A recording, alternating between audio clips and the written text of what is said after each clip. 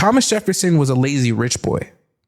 It wasn't it like 100%. He could have worked. He didn't. This guy, he never worked the farm. I think his slaves made nails. He would spend most of his time in France. We all know his you know, his proclivities with the slave women around him.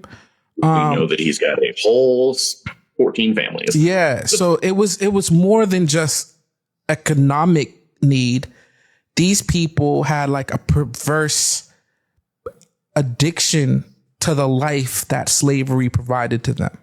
Well, I mean, Thomas Jefferson was Elon Musk of his time. Yeah. Like, you know, in a lot of ways. Yeah.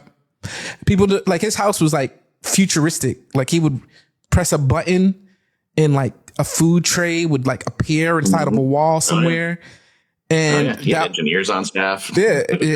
And that was literally, it wasn't like a robot. It was a slave boy, you know, hearing a bell and having a rope, send the food up, right? Like it was madness, bro. Like madness. We like to say, well, you have to understand people of their time. Slavery was looked at differently, and in a way it was, but slavery was always kind of a thing that people knew. It was like, yeah, this is kind of messed up, especially during that kind of, you know, Enlightenment period where there was a bunch of revolutions.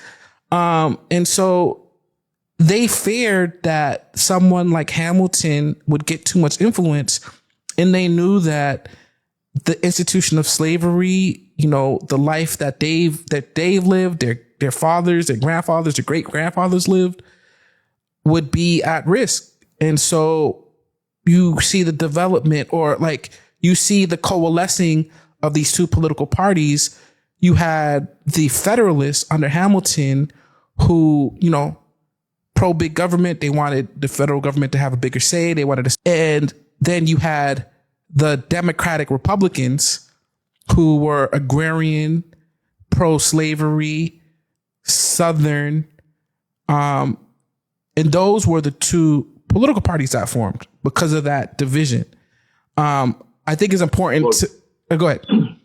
But I will say, add to that, though, Jefferson's got a bit of an irony, because for as much as he was like, he's the guy who wrote his own Bible, right? He basically pulled out all references to a deity and kept the rest. Yeah. But all of his people were hardcore Christians. Yeah. Part of their rationale for slavery was based in that Christianity. Yeah.